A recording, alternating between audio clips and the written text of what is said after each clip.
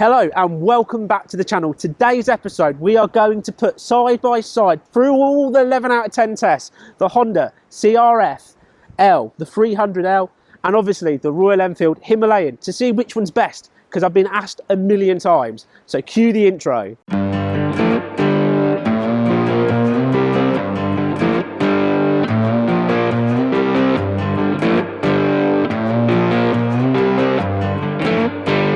So let's have a close-up look at both bikes. Let's see which one we think is the most sexiest looking machine out of the two. So ladies and gentlemen, the Honda CRF L and the Himalayan.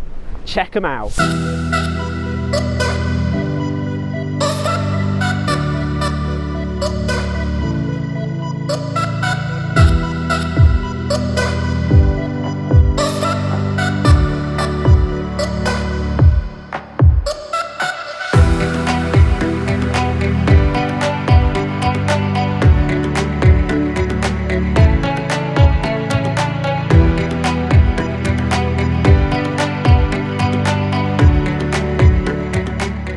We're off. Obviously I'm on the Himalayan, Ventor's on his brand spanking new CRF that we're about to go and trash.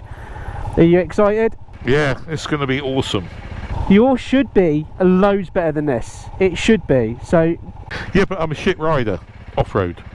well, I heard that you're amazing. I'll start off, lead the way, because you're going to overtake me in a minute on that bad boy, and then we'll see how they handle. Good, alright. Right, let's go then. Lead the way.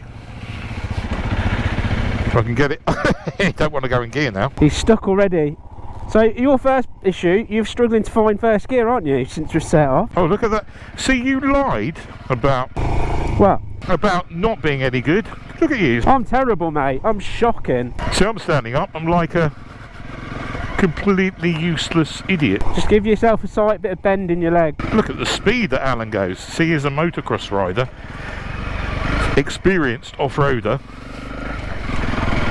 I've only ever been on tarmac until I got this bike. Actually, this is actually my only second time off-road ever, Alan. So is your second only ever time taking that bike or ever being off-road? How are you finding that, as you know, like it's a taster bike for you? So how are you finding it? How are you finding the suspension, especially the rear? Well, the suspension is for me, I'm going slowly, so it's handling it okay, but you saw when I sat on it, it sinks down far too much. It's a standard, it's set up for a little Japanese guy about 65 kilograms. Well, I'm a lot more than that. So are you finding that it's bottling out at all, or not? No, but I think if you were to be a better rider like you, going at the speed you're going up there, it would be bottoming out and being a problem. For me, not a problem. However, I have got new suspension on order that should be set up for my extra weight, and That'll make a big difference. Yeah, that'll make a difference, I think. See, I find that the Himalayan suspension, personally, is really, because it's cheap suspension, but it's tough. And for me, it feels very much like it can glide over all of this stuff, and it just bounces. There's a lot of bounce to it, but it just glides, and it soaks it up. It does a good job of soaking it up. See, this isn't any problem really going through these. A lot of people buy these bikes, don't they? Mostly because they want, especially yours, they want a bike that can do a bit of green lane. Yeah, exactly. Where I think most people that buy a Himalayan maybe think about it, but don't really take it on the sort of green lanes. No, they don't. With this bike, with the better suspension, so I'm told, is extremely capable. But with different tyres, these tyres are apparently no good for off-road, so people say. So you change the tyres, you change the suspension, and actually you have something that's very, very good. Yeah, I see there's a big seller, aren't there? There's a bit of a waiting list, I think, to even pick one of them up at the minute. Oh yeah, 6 months or more. They go for more. You know, if someone's bought one and had a couple of thousand miles on it, it'll probably fetch the same as they paid for it at the moment, because people are desperate to get one and they don't want to be waiting until next year. It's exactly the same with the monkey bike. When I bought that had a big waiting list. There aren't many bikes you can buy to go green laning. Most manufacturers no longer offer one. That's the joys of these two though, isn't it? The joys of the Himalayan and the Honda CRF is they're easy at doing this. Yeah, I mean, I'm having no problems actually, considering I'm useless. You're lapping it up, aren't you? So out of all the bikes on the market, you definitely reckon the CRF is the one to buy if you want to do green laning? In the UK, yeah, because there is really no other sensibly priced, road legal, easy to maintain and look after bike. I mean, this has a 6,000 mile service interval, you know, usual oil changes, nothing special. Where I think if you buy one of the more enduro balance bikes, like I think there's a 450 version of this, it's a lot more money and it has to have the oil change every few hundred miles or something ridiculous. You know, they're properly serious tools for off-road. They're really not designed to be to do a very good job on road, I guess. With this would also make a brilliant little commuter. It's ever so easy to ride on tarmac. The service intervals is a big key point, isn't it? Because yours is 6,000, the Himalayan's 3,000, so I have to get the service twice as much. Yeah, so the service intervals, one thing about Royal Enfield is the service intervals are all so close on their bikes. I don't know why. Maybe for me, I think put a better quality oil in the bike itself, etc., it may be able to go a bit further. I'm going to keep my bike being serviced by Royal Enfield, probably the next one, maybe the next two, and then I'm probably just going to do it all myself, because it's ridiculous to pay that sort of money to have a bike serviced every 3,000 miles. So we're going to test now the bikes on almost like a sandy, gravelly track, and already having a little bit of swerm sort of coming on the back as we were coming onto the track. If swerm's even a word, probably not. But so far, they're both handling probably just as good as each other. It's been quite impressive. The Himalayan is that little bit cheaper as well, so that's 4,600, and I believe Fentor paid about 5,100 to 5,200 for this, and he's put a few extras on it. There you go, 5,150, and it's a little bit more money, and obviously you get less stuff with the CRF as well, because it's Honda, and obviously Royal Enfield put cheaper bits on. But it looks like the bikes are going to blow over, so we'll talk about more of that in a bit. We're going to get going down this track. It is that windy. I've been down here loads in the Land Rover, but never before on the bike until the day I bought this. And yeah, the sand took me off. That was when you came off on this track on that bike, but that literally just your front wheel clipped and then went from underneath you. Yeah, the sand, it just went with the sand. Yeah. So you do need to be ready for touch. Now the suspension of the CRF is so compacted down compared to mine.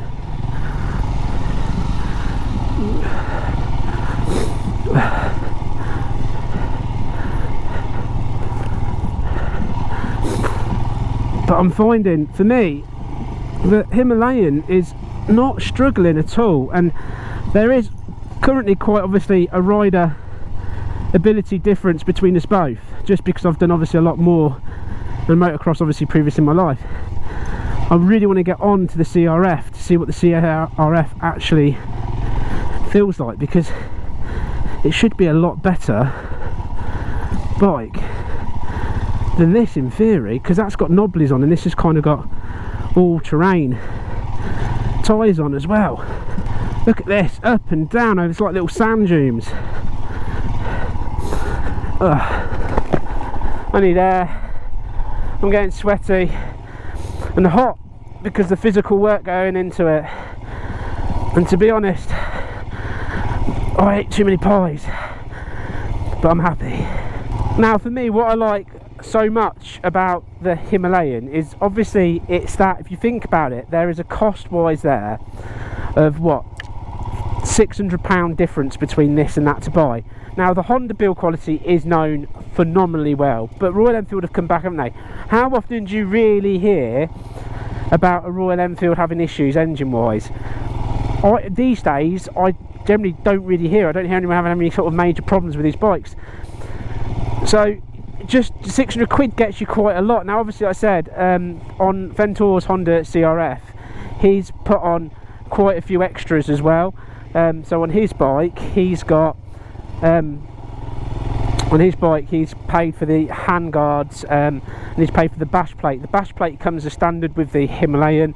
It doesn't come with hand guards. It's something I'm thinking about adding actually to the bike itself, but you can get them for about 100 quid as well. So, you know, there is that between it, but I think the difference I believe between both bikes is that is more off-road capable than this bike probably is. But then it's all about the ride and what you want to do, and most people that buy these style of bikes want to do this: poodle down some by roads, enjoying the sort of scenery, the country, knowing that they can get back at decent speeds on the road as well. Not massively aiming to go massive miles, to be fair. But for me, I think the Himalayan would be an around the world bike without any problems whatsoever, and you know it's cheap, and obviously you know you can get the parts for it as well. I'm not too sure about how easy it would be to pick up the Honda parts, to be fair, but I'm sure they're quite easily accessible as well.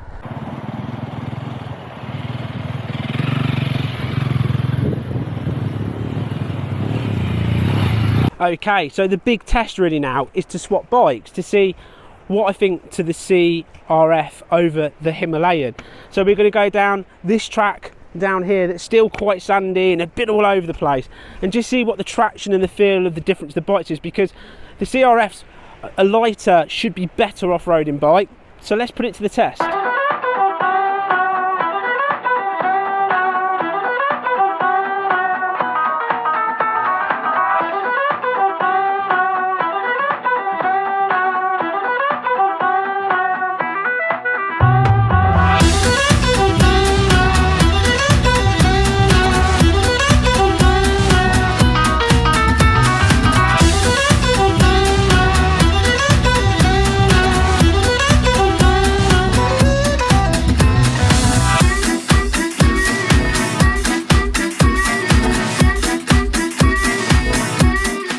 Well, this is smooth, very smooth. Alan's blasting ahead. Doesn't matter which bike he rides, he's faster than me. Actually, I'm in some pretty rubbish ruts here. So Alan's bike, yeah, it doesn't soak the bumps up quite as nicely as the little Honda, but it's very easy to ride along here. In some ways I feel a bit more confident on it because I'm lower down and Alan's in the rut. That's the problem, the ruts get pretty awful here. Oh shit, that is a rut and a half. Right, let's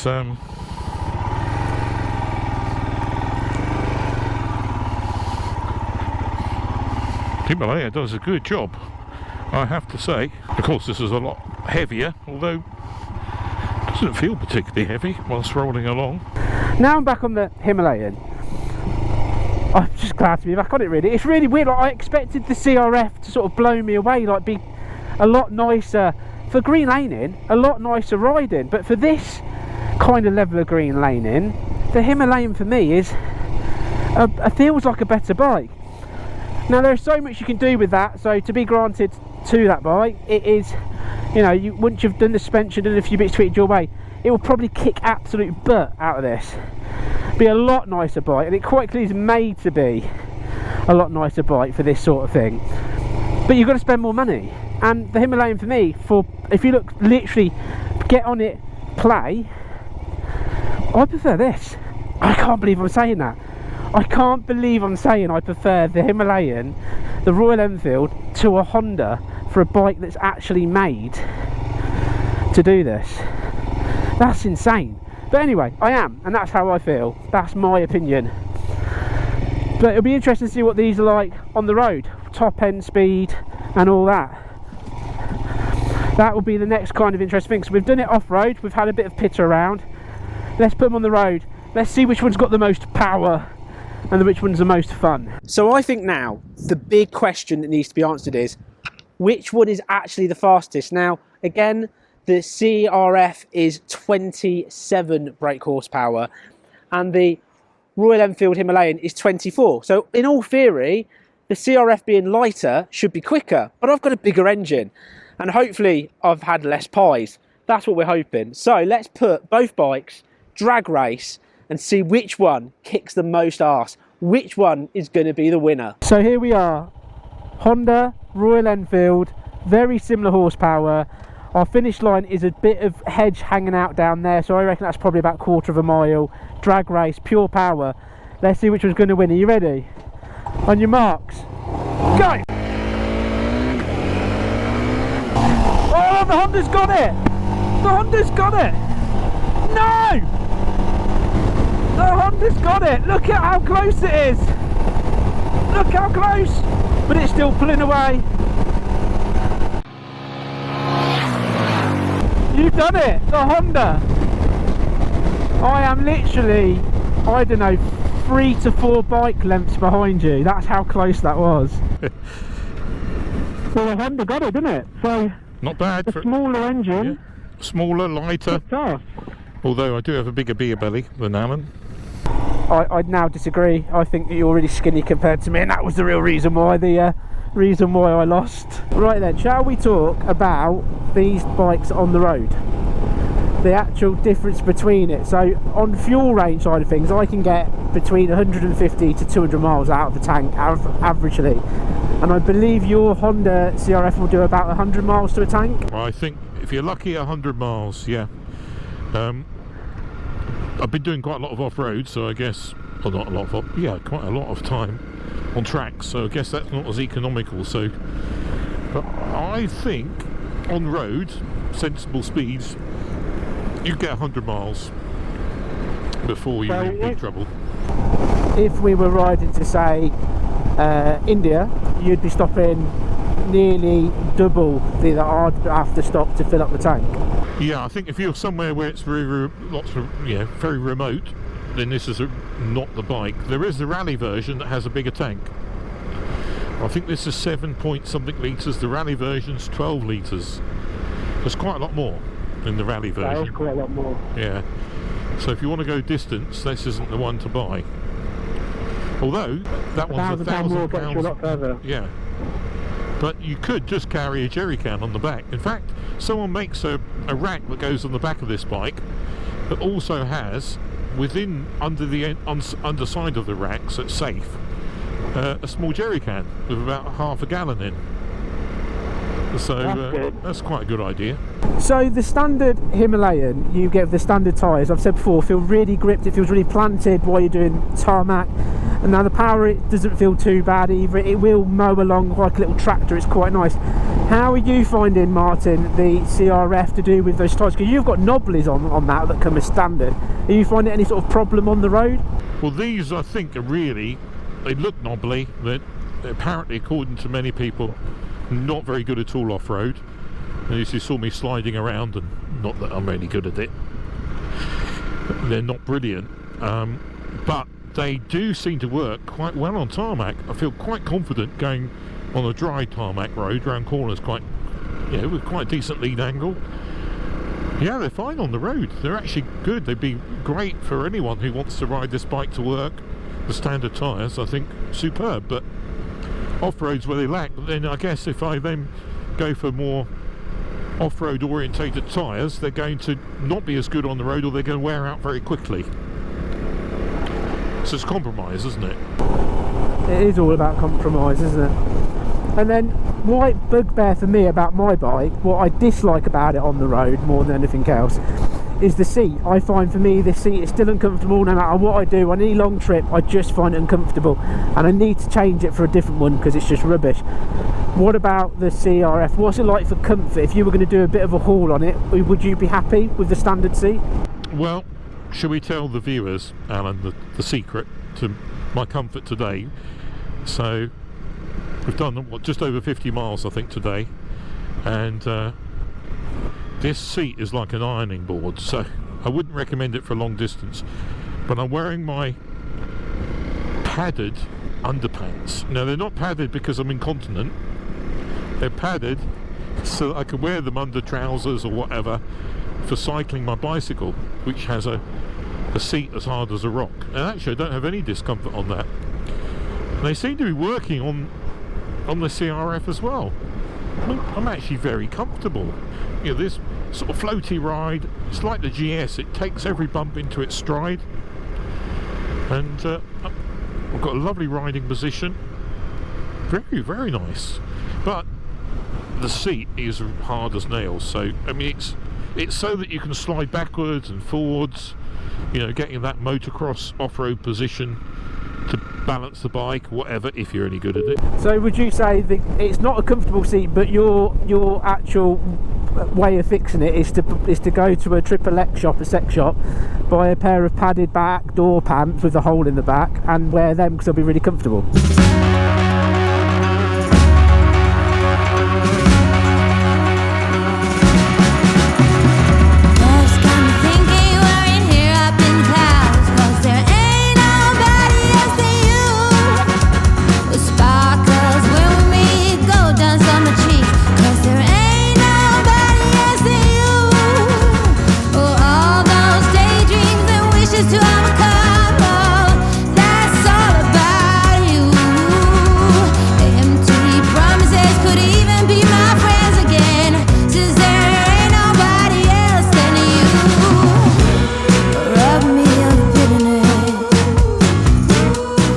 So what a day it's been, and to test both bikes has been absolutely fantastic. And I'm really shocked and surprised to say that the CRF for me, I wouldn't buy it over the Himalayan still, and I actually really did generally think I was going to get on that bike and go, it is amazing for green lanes and it's the only bike I'd buy. Now, I'm not slagging it off, I do think it's great, but I just think for bang for buck, the Himalayan still ticks more boxes for me, so that would be the bike I'd buy. Maybe we'll come back in the future when Ventura has done his suspension and his bits and give it another go, because I still think that then will kick the arse out of the Himalayan. But right now, for me, the Himalayan wins, and it is still the best bike for the money that you can get your hands on that will go road, off-road and do the entire lot. So Martin, for you, you've had a go on my Himalayan, and obviously you've got your CRF. Which one for you is the one of choice? CRF, of course. The CRF. But it does need the mods, and I need to be a better rider. Maybe that's it. Maybe both of us on our skill level, just that outperforms us. I've been smiling so much today. The more confidence I've got, and the bike is very comfortable over those bumps. So I'm a bit lazy sitting down, but it's been fine. So for you, it's a CRF. CRF. All the way. All the way. So that's it. That's this video done. What a blast of a day it's been. I've enjoyed every single second doing green laning around Cambridgeshire, and obviously getting to go on a Honda CRF as well. It's been an absolute blast. I just want to say a massive thank you for watching the video, being a subscriber and enjoying the craziness that this channel has to offer. Thank you so much, and I will see you in the next crazy adventure where we're going to be heading off in the van, putting the bike in the back, and we're going to be heading off to Norfolk and seeing what we can find there. It's going to be an absolute giggle. So until next time, ride safe, take care, see you later.